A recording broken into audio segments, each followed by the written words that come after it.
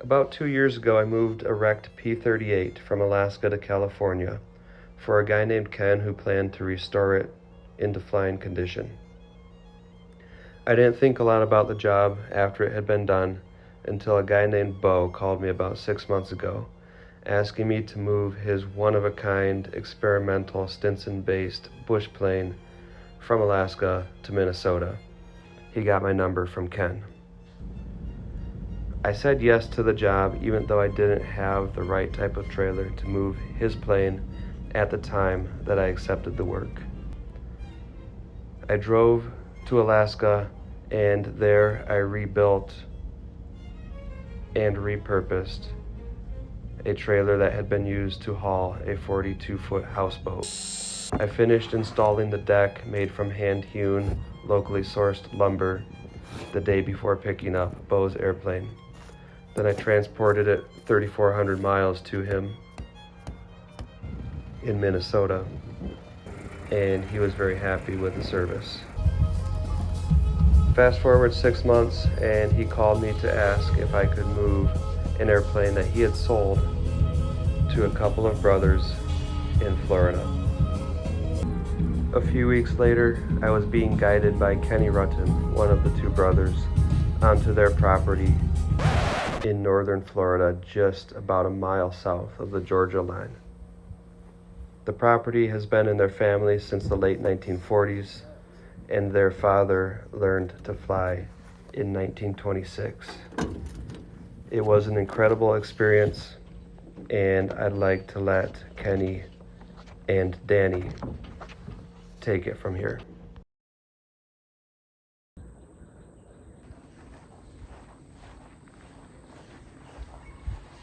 We had a snow this year. We had Really? 5 inches, man. That ain't even a drop in the bucket for you. No, but well, 5 inches Man, anymore. We're worried about these old hangers falling in. Yeah. Thank God the termites were still holding hands.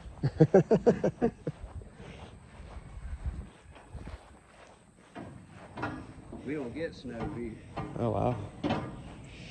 Wow. So is this a World War II pattern on it? Yeah, this is a Stearman PT-17. So that's the official emblem of the Stearman? Yeah, that's the wings and So this is a little bigger than the Stinson. yeah, they're big airplane. This is what we trained our pilots with during World War II. This airplane was and then after the war, they surplused them and it became the backbone of the crop dusting industry. So you know about the P-38s? Yeah.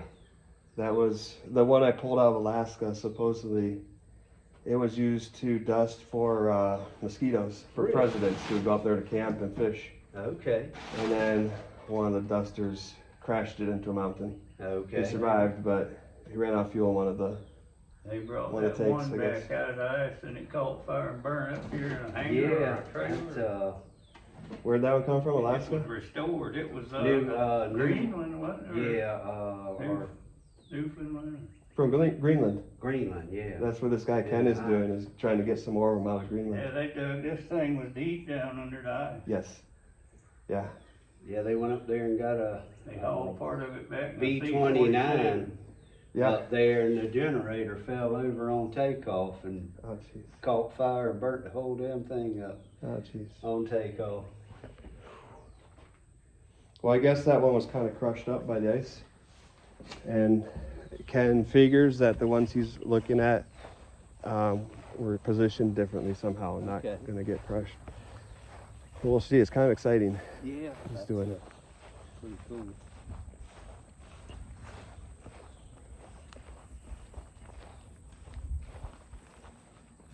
I was thinking of going up there and volunteering some time, getting some video, making a video about it. Yeah. It costs like $2,000 for a flight though to Greenland, so I don't know if it's in the cards. Yeah, this one will be flying next month. And this is one that someone's bought already. Yeah, he bought the project from us and then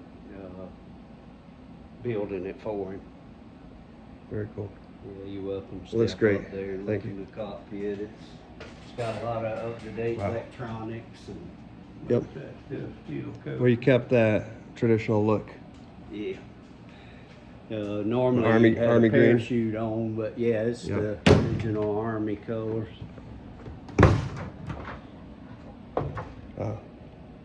And what would be stored here? That'd be it actually was a little bit shallower. Yep. Baggage Ridge, compartment. it's the baggage Okay. compartment to put your hat and your. A couple changes of clothes. Yeah, there wasn't much room in it Right. originally. We made this one deeper. Here's And double pilot, 50 pounds in 2 pilots. In Yes, this. the instructor sat in the front Yep. and the student flew from the back. A kid with 10 hours Yeah, at Oh. 18 years Yeah. old, they'd turn him loose for one of these. yeah. They tore him up regular. They'd throw him, if he was okay, they'd put him in another one. Yeah.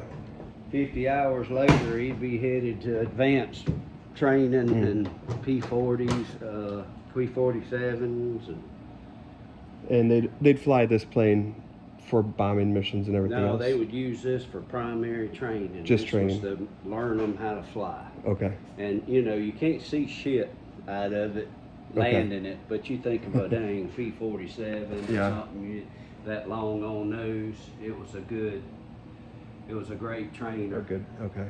They could handle this. They'd push them to the T6 Yeah. Texans and the BT-13s with the retractable gear, the controllable propeller. So More advanced trainer. I'm taking it they'd have some injuries or deaths just during A training. lot, yeah. We also trained English and other pilots from different countries would come over here and train. A lot of them are buried here. Yeah, You know, because they didn't make it through that training. No, Well, that was just the need to quickly get people ready to fight. to fight, yeah.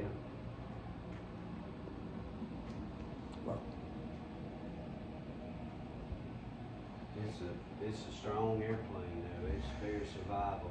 Has it? Did it originally have these shocks on the front? It did. Okay. Only modification to that is the disc brakes Okay. is modified. They had regular drum brakes and they didn't work very well. Sure. So they modernized them, and when they judge them, they overlook it because it's considered a major safety feature. Like a necessity. Yes. Keep planes in one piece. Get you a shot from back here, the rudder. The engine's out here and Okay. the firewall hole. So I'm curious, do they ever? Well, the engine I brought you, it's a big, heavy engine for that little plane. Yeah, these are radials. Okay. Yeah, these are 7-cylinder radials, 220 horsepower. Crop dusters went up to 600 horsepower on the Okay. same frame with little modification. Yep. That's how strong the airplane is. 450, you basically hang it up there and go. You know, Do they double ever? the horsepower. Yeah. Yeah. Do they ever put a more modern engine in those Stinsons? Just get They do. lighter weight, more horsepower. Well, they call them the Super Stinson when they put the. Okay. This one out here's got 165 horsepower. What's the original? one you brought, which 150 was the original. Okay. The later model was 165, but the engine you brought was 225 horsepower. So that's not an original engine. No, it's an upgrade, and they call it a Super Stinson when you go to that engine model. How old is that engine that I brought? It's probably out of a Cessna 182 or 180. They're Okay. very popular engines with Okay. Cessna, and very reliable, Okay. extremely reliable engine. Is that like 60s? Yeah, and Okay. probably, yeah, easy 60s. Yep. So it's still an old engine now. Yeah, yeah. But you send it through overhaul, they Yeah, check everything out, and it's becomes, if it's certified, it's still a new. Yeah. That one's low time. I find it amusing how a vehicle's more than 10 years old, people don't want to see it on the road, but Well, in an it's airplane. common now. That's the engine going on this one. Okay. So the engine I brought you is not rotary, right? It doesn't No, look like this. It's a flat Yep. posed engine, they call it. Okay. That's a radial, Okay. 7-cylinder. Radial is what they call it. Yeah, they make a 5-cylinder. it don't sound too good. You go to 7-cylinder, it sounds good. It sounds like a good Harley. You go to a 9-cylinder, it's smooth as silk. Okay. Nice. And then the bigger fighters just start adding rows. Yeah. Of 7 or 9. They'll have multiple rows. Like stacked on top of each other? Yeah, the most, there's a museum in Pensacola. They got one in there. It's got 4 rows. Okay. Of 7 cylinders. It puts out 4,600 horsepower. And what type of plane did they have that in? It was, it was a mauler, they call it. Okay. And it was so complicated, I don't think it never really got too many of them built. Yep. It looks just like the Sky Raider, which came out at the end of the war. We used them in Vietnam. Okay. And it had 3,300 horsepower. So it's a bomber? It would haul everything you could strap Just to anything, okay. Yeah, it was Just a big, powerful plane for whatever you needed. Powerful fighter, and they do close-in support for the guys on the ground in Vietnam. The jets couldn't loiter at low, slow speeds to where the Sky Raiders could. Okay. And they could haul massive amounts of ordnance. Gotcha. The B-29 was the last major bomber with the radio engines, had 4 3,300 horsepower engines. 433, what? 4,300 power. Horsepower. 4,300, yeah. So over 10,000 horsepower. Yeah. Wow. It had a lot of problems. Probably It could hear rusted it in coming. Huh? Probably could hear it coming. Yeah. And the whole thing, the claim to fame was it was going to be a very high altitude precision bomber. Okay. They couldn't reach it. Yeah. It didn't work out too well. Gosh. So they The just use it. precision part of the bombing, they had to get down lower with them. So they just use it for mostly hauling. Bombing, yeah. Bombing, they okay. did they sent a lot of them to China. Okay. And they bombed Japan and places. Where was China in that war? You're talking about World War II still, right? Yeah. China caught hell from the Japanese. So they were willing to align with the U.S. Oh yeah, absolutely. Were they an ally officially? Somewhat, I guess, at that point, because we had bases. Yeah. That's where the Flying Tigers flew out of, with the P-40s with the shark mouth. Yeah, the famous. Yeah, the famous Flying Tigers was based in China. Okay. Awesome. After the war, I think they took 100 steermen from somewhere and flew over the hump, they call it, which is 11,000 feet, and that was the ceiling on the steerman. And that's in China? Yeah, the open cockpit mountains? airplane, they flew them to China. So over the, what is that, the Himalayas? Yeah, I think so. They call it the hump. Okay. A lot of pilots talk about getting into Germany. They had to fly over the hump, hauling in gas and food. They were starving on In an open cockpit plane. The open cockpit plane, you imagine being how cold that would be? That took young pilots to do that. I've climbed over 10,000 feet. But you're not moving that fast. Yeah. I bet they were fighting to get over that hill. Yep. With a steer, it was side of climb at that point. Wow. Thank you for showing me these planes. Yeah, normally That's it'd be cool. a steerman sitting here flying. Yeah. Right now, Cause you got one you just sold to the guy, yeah, and you got one you're almost done with. yeah. It's coming back here to be repainted. The guy decided he Okay. wants to repaint it. Okay. And the engine bolts right on there. So that's the engine mount. Yeah.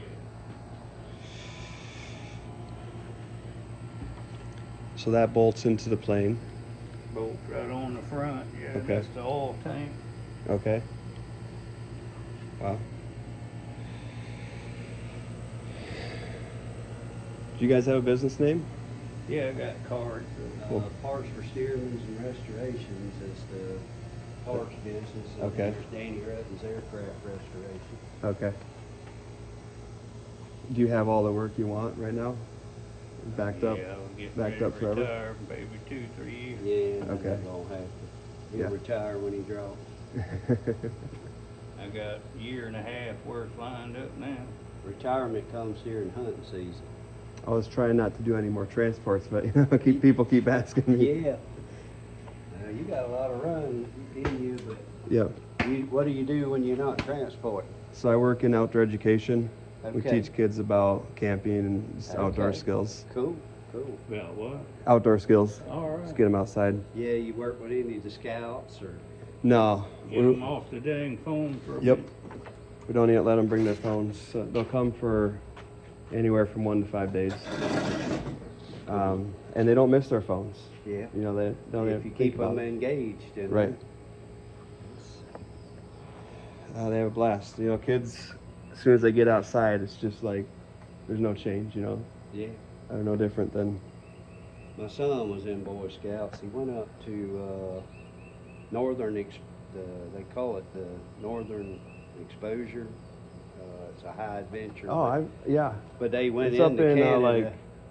It's based out of like New Hampshire or Vermont, right? Yes, it's way up there. They flew into, seemed like Minnesota, but Okay. then they, There's probably a few called Drove. Northern Exposure. yeah, Cool. yeah, they actually one night they spent in Canada on Yeah. their canoe trip. Dancing just like the one you just brought. That's where they flew in? Yeah, we've been flying this. Oh, you've been flying it, okay. The fuselage needs recovering. You can see it taped up back there. Yeah. Yeah, the wings are all redone. And Well, how long have you had this one? about 3-4 years. And you just bought it for you?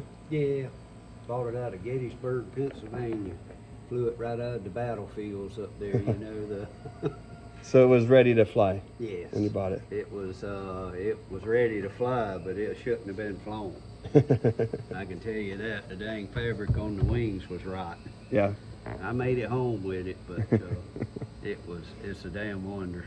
The guy signed it off a fresh annual. Really? Yeah, so we completely rebuilt the wings. Okay. That's the main part. Yeah, Bo has a few stories about touching down in fields and Christmas tree farms and Yeah. whatnot. Yeah, that's probably don't make the Christmas tree farmers happy. But who cares when you need to get down? Yeah. The old saying is, better be on the ground wishing you in the air than in the air Wishing wishing you- you were on the ground. That makes sense. Can I open this one up? Sure, sure. It's got the old wood original I was panels. noticing which that. is That's cool. And the seats, they're redone? They look too nice. They come out of another plane, and Okay. they're in pretty good shape. Yeah. It's a great flying airplane. Yeah, we do travel with it some, Yeah. but the electronics need updating, and Okay. you know, so that's what we're gonna do is update it. And, How far have you gone with it? well, the longest flight was Gettysburg, Pennsylvania. When you brought it home? When I brought it home, you know, usually it's a couple hour trip here Yeah. and there, business kind of flight. You fly over to meet people and talk about their builds? or buy airplanes. Yeah. We buy Stearman inventories from people. Okay. Whole bunch of engines back there. Yeah, Right? Yeah. there's parts everywhere you can look around here. You said you have about 17 Stearmans in Yeah. pieces? Yeah. Yeah, we got at least that many in paperwork, a few fuselages. Yep. We help people build Cool. all around the country and other Yeah. countries. Okay. And England, Australia. Wow. Been working with a guy in Slovenia. Really? Had to look that up. Yeah. But these planes, Stearmans are scattered all over the world. They're very popular airplanes. Yeah. So not much need to recover them because they're plentiful enough? Well, they have to be restored Yeah. and recovered constantly, you know, and then Yeah. people take them and convert them back from crop dusters to original. Okay. That's the need for parts, because Yeah. they take all the parts out of the front seat and just throw that in the back of the hangar, and that's where you Mhm. put the chemical hoppers. And Okay. so you put one back, you got to find all those parts Mm. to go back in there. Mm. We keep them in stock and Okay. help people with. A lot of airline pilots love them, Yeah. you know. It's like their plane that they fly when they just want to have fun? Yeah, they want something that's not computerized. Yeah. That, you know, that you have to fly this airplane. Yeah. You know, you literally have to fly it. Mm. You have to fly it yourself. Yes. Yeah, it's not going to help you. Okay. Where a lot of these airplanes will literally almost fly themselves. Yeah. Yeah, I was Some of them will take off and land. I was listening to a podcast and they were talking about, you know, at what point you engage the automated landing stuff. Yeah. I was like, Yes. didn't sound very much fun. Yeah. It makes them safe in the insurance, you know, Yeah. on a, you know, $4, $5, $8, $10 million airplane. And Yeah. you got a button in the ceiling. If the pilot becomes Yeah. incapacitated, you can push that button and it'll take over. It'll go. No, it'd be good for the public to know where that button is. Yeah. When you're on a commercial flight. Yes, that's part of your pre-flight with the crew, I guess, or passengers. That you know, if I'm not able to fly, then you know, push the button, it'll alert air traffic control. It'll search the database for most. For even the closest airport. The closest appropriate airport to Yeah. fly to, Okay. and then it'll fly to it and land itself. Wow. And that's not top of the line jet. That's one of the Standard? lower ends. You know, the Vision jets will Yeah. do it. If you look up the Cirrus Vision jet, they got that model. So I saw that the majority of men in the United States who don't know how to fly a plane think they probably could land one. Yeah. It was like a poll. Yeah. I guess if they know where that button is, they everybody could land one, but what kind of shape will it be when you get it down? would. Yeah, it's always going to end up on the ground Like one the way or Air- another. Like the Air Force says, we got a perfect down record. We've never left one up there. Now in the space era, that may change. Yes. Yeah. Shall we take this motor out? Engine out of the truck? Yeah, we'll get the tractor out for that, Okay. so we'll make it easy on us. Yes, sir. Thank you. They all come standard with that attachment point. Usually At the they top. got a lifting eye on them. Yeah, this one has one.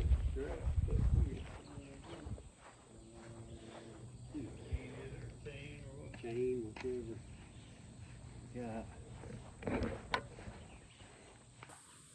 That we can fly down. Okay. And then you make a slight turn and you can land right on the end of the runway, but we got clearance. You just come in a little angle, turn, and rotate and land. You can land. So you come down out of that direction from over there. Yeah, out of this way, you can see there's a corridor. We're getting ready to... You drop down over that pond. Yeah, and we're getting ready to cut those other little groups of trees. Okay. But it's a pretty good approach. You can get it right on the end of the runway, and having this hill is like having another 1,000 foot of runway. Yeah. It'll slow you right down. So is there a runway on the other side too? No, Okay. There's a big hole on the other side of the pond. Yeah, you hope to have a little out or two when you go over that. The engine quits. Yeah. Yeah. Well, Never lost if the an engine airplane quit, here. What's that? You never lost one? Since 1947, we've never lost a plane. Knock on wood. Cool. So if the engine did quit, you don't have many options if you were right Nah. there at the end of the With runway. old Stinson, I just pull the nose up and let it drop in at 40 miles an hour. Drop into the hole. Yeah, that's all you got. Mm-hmm. We got other places to go if you clear the trees, Mhm. and we got a couple other options. But my dad started flying in 1926. Really? Yeah, he said back in those days it wasn't a matter of if it was going to quit, it was when. Right. So you flew from one place to the next, somewhere to land. You just always thinking about the next place you had Yeah. available.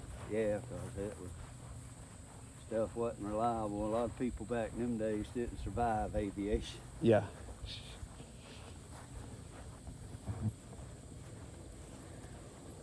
You think the little ultralights are still kind of like that? Or are they more reliable? Ultralight, only goes 30, 40 miles an hour. Yeah. If Okay. the engine quits, you have to push the nose all the way down because it's so light. You got no forward momentum. So Okay. you just push the nose all the way down. You're going in at 30 miles an hour. Okay. As long as you don't fall in, Yeah. Yeah, we had some here during that craze when they got crazy and people were flying them. You didn't have to be a pilot or nothing. You still don't have to be, right? Under Still 250 don't. pounds? It's crazy, but you better have some training. Yeah, right. You need to know. It's the tempting. principle. You get in the wind, Yeah. Yeah, I've always wanted to learn how to fly. You know, my grandpa flew. I kind of skipped a generation. I'd like to pick it back up. Sure, ain't no reason why you shouldn't. Yep.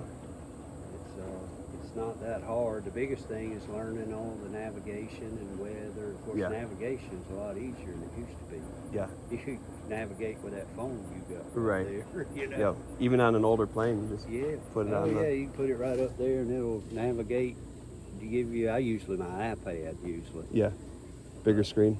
Yeah, it shows you going along in the airspace and the Yeah. altitude and airspeed and Yeah. heading, and you know, as long as you got a charger in there. You still gotta look visually for other planes sometimes because they're not all Yeah. connected to the same If you system. got ADS-B in and Right. out, it'll show you the other airplane. As long as they also have it. Right.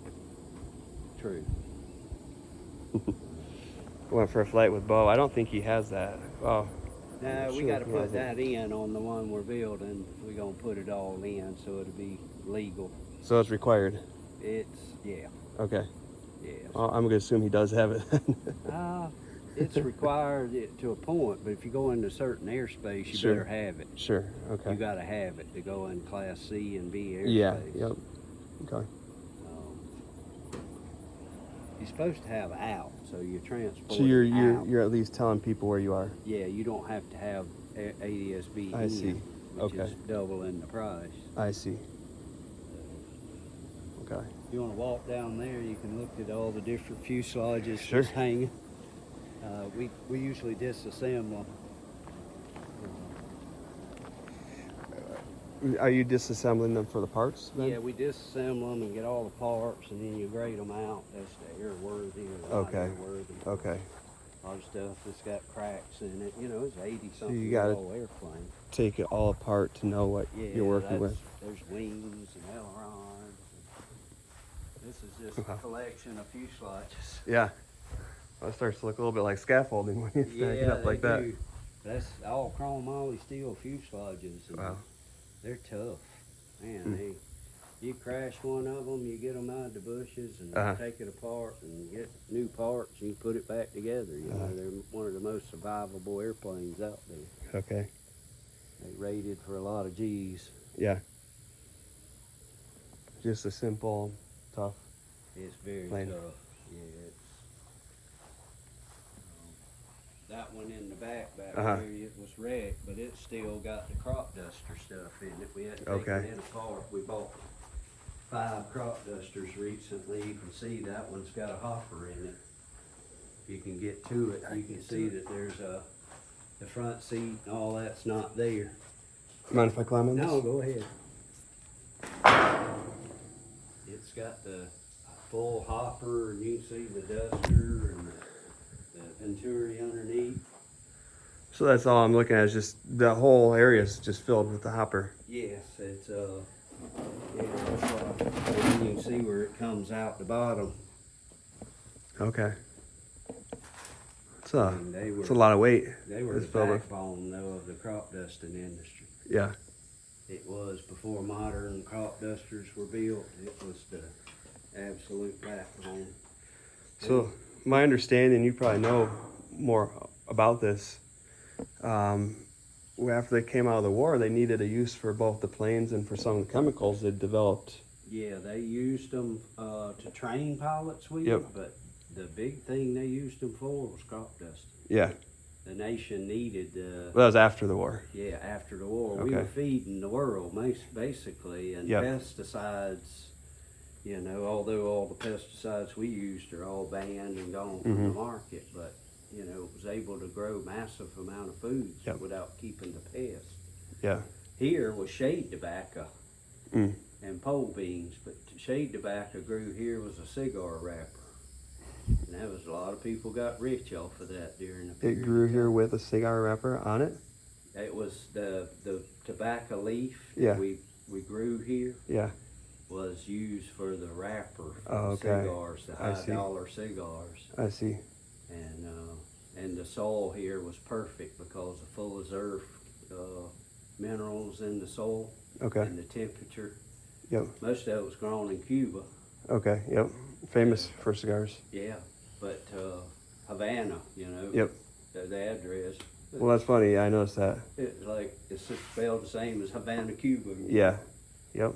But minimum wage and all that kicked in and kind of changed it. But Okay. I started work I was born in 59 and I started work in 1969. Yep. And paid Social Security ever since. Okay.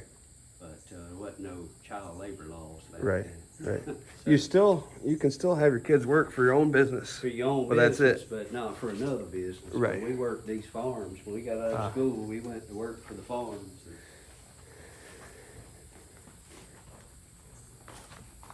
Yeah, these trucks and trailers, there's paint parts everywhere you look. Yep.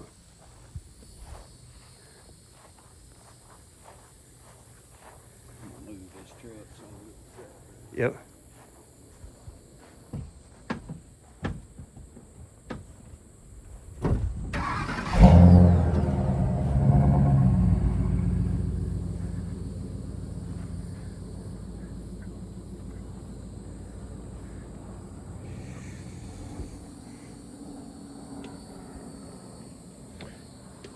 Will you need me to drop? Where is it going? He's headed into Tallahassee, the capital of Florida. Okay. Oh, not very central. It's not, yeah.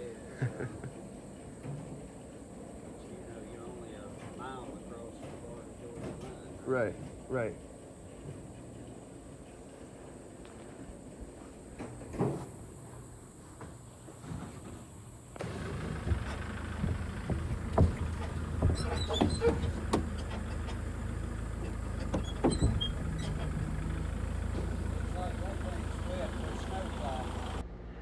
As much as I was genuinely thrilled to see and hear about the history of World War II aircraft from two guys who know more about it than almost anyone alive, including how to restore all 60,000 parts and pieces of the Stearman aircraft, I still had to get back to Michigan, and it was a 14.5-hour drive that I was eager to start. Putting together this video caused me to reflect humorously on some of the negative stereotypes of men, quickly and with poor communication, rushing to unload what appears to be junk onto one's property. But I also reflected on the drive that these guys have to restore that junk to fully functioning, flying World War II relics. Can you show this part? This is all sweat. It did not rain. All the straps put away, I think. Do a walk around. Trailers clear. Planes are in the garage. Ramps are under the trailer.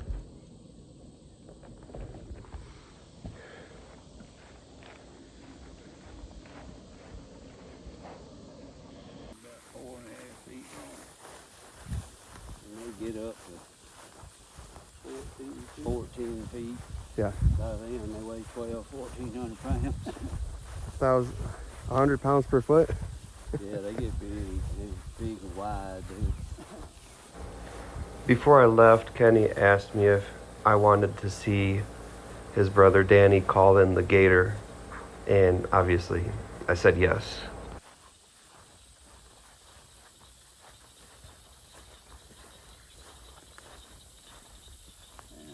A moccasin laying right there. Damn sure is. That's You a got cotton something? mouth right Yeah. there. Yeah, shit. Wish I had something to kill him. There's plenty of them in here. That's a small one. See, laying out here, son.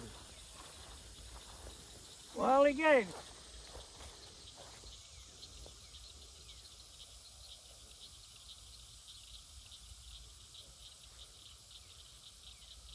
Does he usually respond to your voice? He usually does, yeah. I'm surprised he ain't coming already. Wally Gator. Say it's a pretty big pond. Huh? Pretty big pond. It's about 4 acres. It goes Okay. back over there, but you know, we've lost so much of it. They used to irrigate crops out of it. He's asleep. There he comes.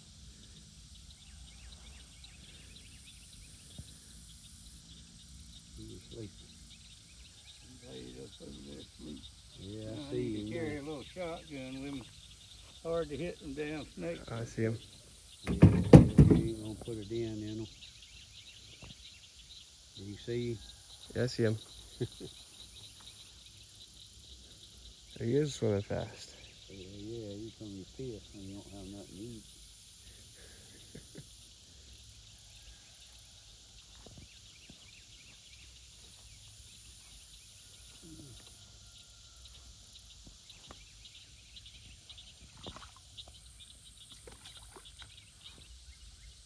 Wally gators.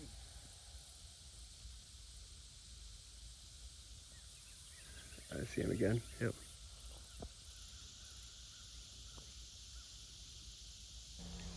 Although the guys told me that the alligator usually does come right to shore, I felt content with seeing it swim halfway across the pond and said that maybe it was all for the best that it didn't come in. And then I excused myself to begin the 14-and-a-half-hour drive back to Michigan. I didn't love the driving on this delivery, but the experience of delivering these World War II era aircraft was an incredible experience that I hope to repeat in the future.